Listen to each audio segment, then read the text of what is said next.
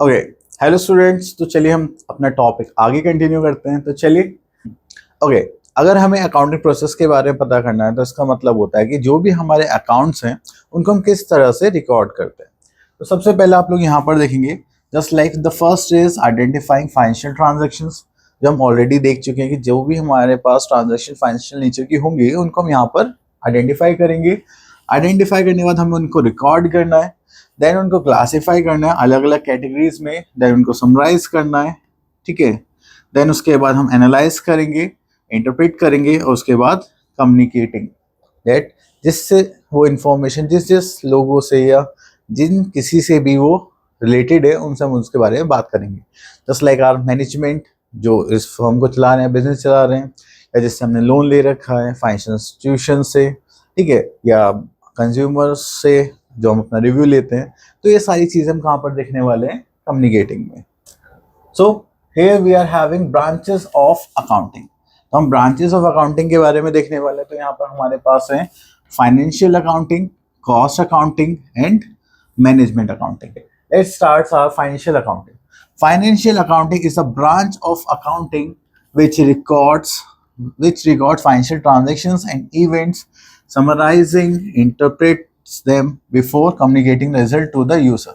तो सबसे पहले हम क्या करते हैं, फाइनेंशियल ट्रांजेक्शन्स को रिकॉर्ड करते हैं, उनको समराइज करते हैं, उनको एनालाइज करते हैं, फिर उसके बाद जो भी रिजल्ट्स होते हैं उनके यूजर्स से बात करने से पहले हम उनको क्या करते हैं, इंटरप्रेट करके उनको भेजते हैं। ठीक है, देन यहाँ पर हमें पता चलता है ये और क्या करते हैं, it determines profit earned and loss incurred during an accounting period and the financial position of the on the date when the accounting period ends.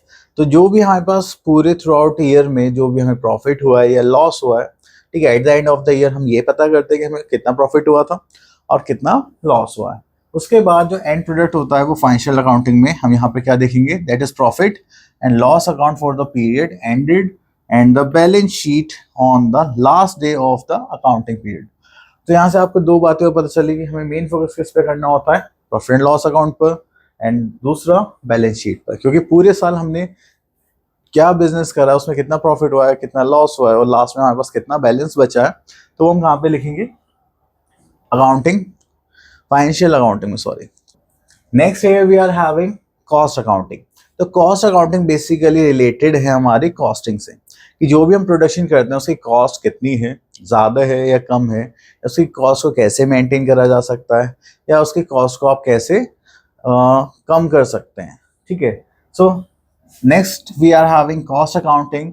This branch of accounting concern with ascertain cost of products. तो main focus इसका किस पे रहता है कि आपके जो products हैं उनकी कॉस्ट पर, आप जो भी वहाँ पर ऑपरेशंस करते हैं, ठीक है, और जो भी हमारी प्रोसेस रहती है और एक्टिविटीज़ रहती है उनमें जो भी कॉस्टिंग लगती है, क्योंकि देखिए प्रोडक्ट बनाने में कॉस्ट लगती है, तो उस प्रोडक्ट के रॉ मटेरियल्स लाने में कॉस्ट लगती है, देन जो मैनेजमेंट है उसके लिए कॉस्ट लगती है, लेबर कॉस्ट लगती है, तो बहुत सारी हमारे पास एक्सपेंसेस होते हैं जहाँ पे हमें ये सब चीज़ें कॉस्टिंग देखनी पड़ती है। ठीक है, so it is that branch of accounting which deals with recording cost with the objective of ascertaining, reducing and controlling cost। तो मेन मोटिव क्या होता है, यहाँ पे हम अपनी कॉस्ट जो है उसको रिकॉर्ड करेंगे एंड उसके बाद हम यहाँ पे क्या करेंगे, उस कॉस्ट को रिड्यूस करने की हमेशा कोशिश करेंगे बाय समहाउ, और उस कॉस्ट को कंट्रोल करने की कोशिश करेंगे जिससे कि वो कॉस्ट बढ़े ना। ठीक है, क्योंकि डे बाय डे इन्फ्लेशन बढ़ता जा रहा है, तो ऑब्वियस सी बात है जो हमारी कॉस्ट है वो भी डे बाय डे इंक्रीज होती जाएगी। Okay,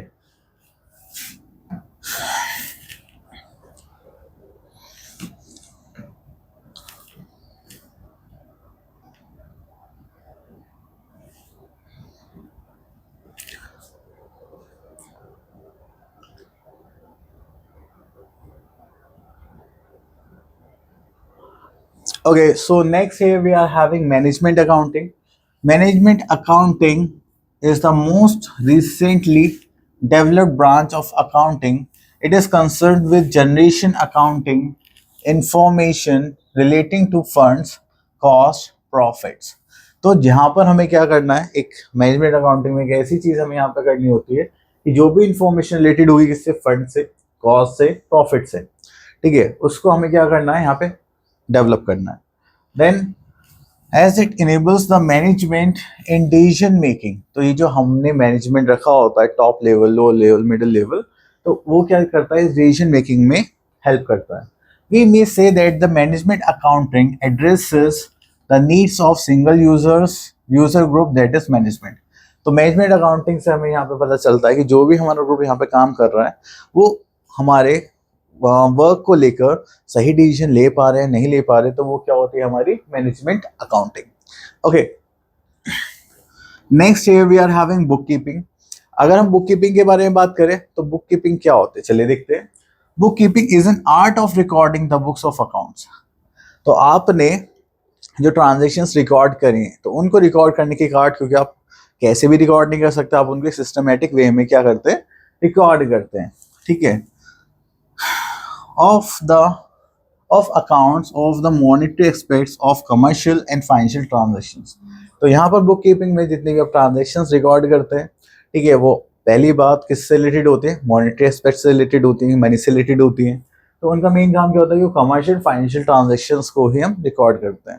okay, next we are having accounting. So accounting is a wider concept than book keeping, क्योंकि बुक कीपिंग में सिर्फ आप रिकॉर्डिंग करते हैं और अकाउंटिंग उसके बाद से स्टार्ट होती है, ठीक है। अब रिकॉर्ड करने के बाद आप क्या देखते हैं कि बुक कीपिंग रिकॉर्डिंग पे ही खत्म हो जाती है, लेकिन जो अकाउंटिंग है वो बुक कीपिंग के बाद स्टार्ट होती है। ओके, तो इसलिए बोला जाता है it starts where book keeping ends. Okay, चलिए अब यहाँ पर बुक कीपिंग और अकाउंटिंग में थोड़ा सा डिफरेंस है, वो देख लेते हैं।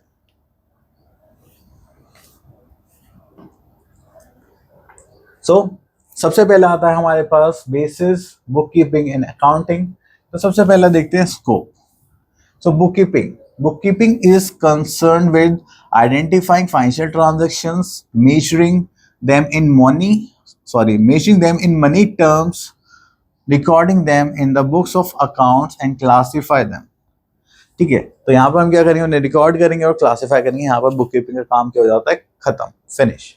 देन उसके बाद अकाउंटिंग इसके बाद स्टार्ट होती है। Accounting is concern with summarising the recorded transactions, interpreting them and communicating the results. तो उन रिजल्ट्स को हम क्या करते हैं, कम्युनिकेट करते हैं। Okay, next is stage. So it is a primary stage, it is based of the accounting. तो सबसे पहले हम क्या करेंगे, बुक कीपिंग ही करेंगे, क्योंकि विदाउट रिकॉर्डिंग हम अकाउंटिंग को स्टार्ट नहीं कर सकते, ठीक है। तो इसलिए इसको बोला जाता है it is a primary stage. और अकाउंटिंग की बात करें, it is a secondary stage, it begins where the book keeping ends. तो इसके बाद से जितनी प्रोसेस होती है, स्टार्ट होती है, वो हम किस में देखते हैं, अकाउंटिंग में। Okay, okay, so now we are having our objective. The objective of bookkeeping is to maintain systematic records of the financial transactions। तो यहाँ पर सिर्फ मेन ऑब्जेक्टिव क्या होता है कि हमें जो फाइनेंशियल ट्रांजैक्शंस कंपनी की देखने के लिए मिल रही है उन्हें हमें बस रिकॉर्ड करना है, दैट्स इट। तो हमारा काम यहाँ पर खत्म हो जाता है। Next is the objective of accounting is to ascertain net results of operations. तो पहली चीज यहाँ पे हमें क्या पता चली कि हमें वहां पर नेट रिजल्ट्स पर फोकस करना है, कि जो भी हमने अकाउंटिंग करी है, कि हमें प्रॉफिट हुआ है, लॉस हुआ है, या कहीं पर हमारे एक्सपेंसेस ज्यादा हो रहे हैं, या कहीं से इनकम हमारी कम आ रही है। तो इन सब चीजों पे हमें ध्यान देना होता है। Okay, next is financial position to communicate information to interested parties. अब जो भी हमें इंफॉर्मेशन मिली है उसको क्या करना है, इंटरेस्टेड पार्टीज से बात करनी है उनके बारे में। क्यों, जिससे कि हम अपना बिजनेस ग्रो कर सके और इसको डेवलप कर सके।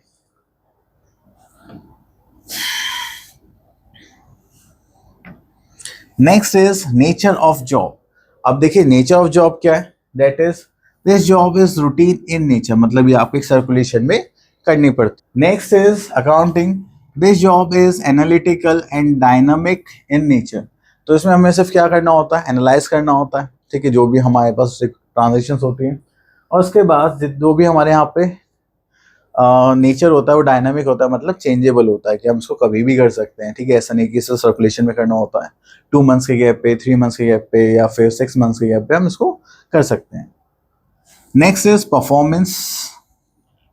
तो परफॉर्मेंस की बात करें, it being a routine work is performed by junior staff.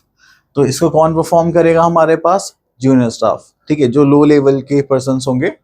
And accounting it be sorry yes, accounting it being a specialized function, it is performed by the senior staff. तो इसके लिए आपको स्पेशल नॉलेज चाहिए होती है, तो इसलिए कौन परफॉर्म करेगा? आपको एक senior staff. Okay. So now here we are having a topic that is accountancy. तो accountancy है क्या?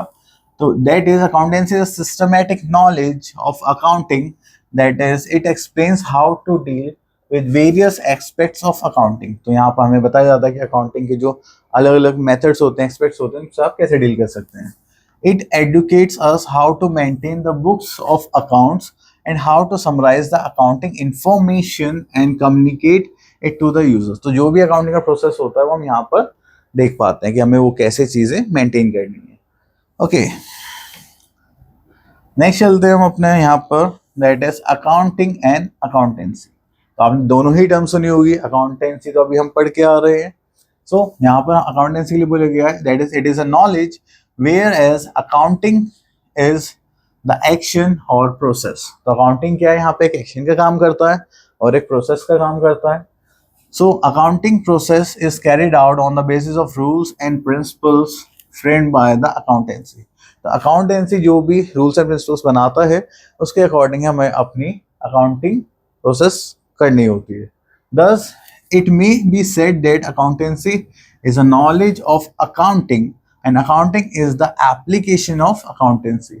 तो इसलिए बोले जाता है जो accountancy है वो एक knowledge का काम करती है. किसका? अकाउंटिंग का. और अकाउंटिंग का एक एप्लीकेशन का काम करती है. किसके लिए? अकाउंटेंसी के लिए. Next here we are having objectives of accounting. अगर हम ऑब्जेक्टिव्स ऑफ अकाउंटिंग की बात करें तो यहाँ पर आप देखेंगे that is maintaining accounting records. तो सबसे पहला आता है कि हमें अकाउंट्स को मेंटेन करना है, रिकॉर्ड करना है. The objective of accounting is to record financial transactions and events of the organization in the books of accounts in a systematic manner following the principles of accountancy. ठीक है, तो ये हो गया हमारा फर्स्ट ऑब्जेक्टिव.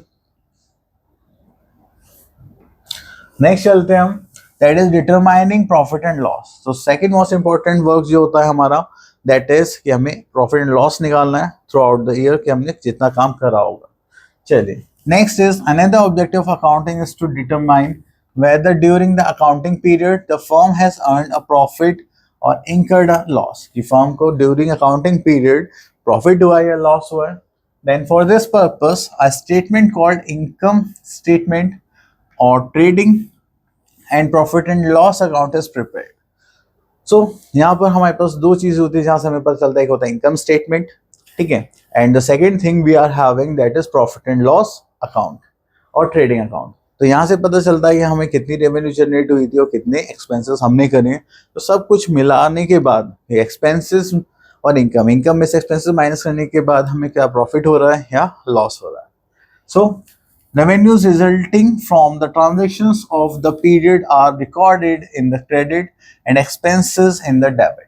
सो यहाँ पे जो क्रेडिट डेबिट का जो रूल है वो हमारे पास है. ठीक है, तो क्रेडिट में हम अपनी रेवेन्यूज को रखते हैं, डेबिट में हम अपनी एक्सपेंसेस को रखते हैं. The difference between the two sides is either profit और लॉस. तो अगर हमारी क्रेडिट साइड ज्यादा होगी तो हमें प्रॉफिट होगा और डेबिट साइड ज्यादा होगी तो हमें लॉस होगा.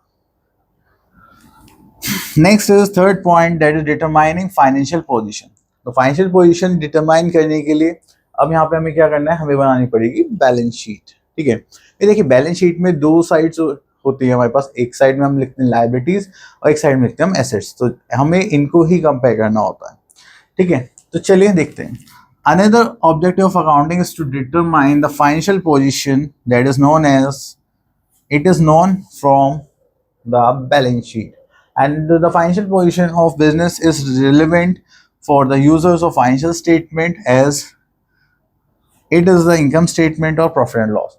तो जितने भी फाइनेंशियल यूजर्स होते हैं जैसे हमारा टॉप मैनेजमेंट हो गया जिनको बिजनेस में इन्वेस्टमेंट करनी होती है या फिर जिन्होंने इन्वेस्टमेंट कर रखी होती है, तो वो क्या करते हैं, इस सब चीज़ों को यूज़ करते हैं फाइनेंशियल पोजीशन पता करने के लिए हमारे बिजनेस अच्छे से रन कर रहा है या नहीं कर रहा. ओके, तो मेन पार्ट आ गया यहाँ पर कि हमें बैलेंस शीट और प्रॉफिट एंड लॉस अकाउंट से ही अपने फाइनेंशियल पोजीशन का पता चलता है. Okay,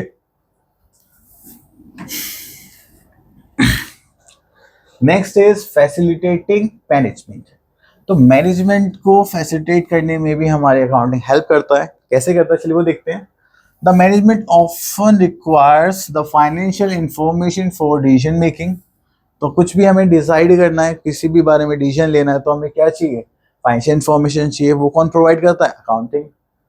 then effective control, budgeting and forecasting, कि हमें कुछ भी चीज़ें सही चल रही या नहीं चल रही उनको कंट्रोल करने में, एक उनके लिए बजट बनाने में, और फोरकास्टिंग मीन्स फ्यूचर के लिए हमारा क्या डिसीजन हमें लेना चाहिए, कि ट्रेंड के अकॉर्डिंग क्या करना चाहिए। तो वो हमें कहाँ से पता चलता है? हमें पता चलता है मैनेजमेंट से। ठीक है। So accounting provides financial information to assist the management in discharge the this function. तो इस फंक्शन को पूरा करने के लिए फाइनेंशियल जो इंफॉर्मेशन चाहिए होती है मैनेजमेंट को, कौन प्रोवाइड करता है? Accounting. Fifth point, providing accounting information to users. से तो हम पहले से ही पढ़ते आ रहे हैं। जो भी हमारे पास यूजर्स हैं उनको हम क्या देते हैं? Information. Yet another objective of accounting to provide information to users both internal and external who analyze them as per their needs। तो देखिए सबकी नीड्स अलग अलग होती है। अब जैसे कि हम किसी के पास लोन लेने जा रहे हैं तो वो हमारे फाइनेंशियल स्टेटस देखेगा। ठीक है, वो अलग चीज़ें देखेगा। अगर किसी से हम इन्वेस्टमेंट के लिए जा रहे हैं कि आप हमारे बिजनेस में इन्वेस्ट करिए, तो वो हमारी फाइनेंशियल स्टेटस को अलग पॉइंट से देखेगा। ठीक है। Next is sixth, protecting business assets. अब बिजनेस एसेट्स को प्रोटेक्ट करने का काम भी कौन करता है? हमारा अकाउंटेंसी। क्यों? चलिए देखते हैं।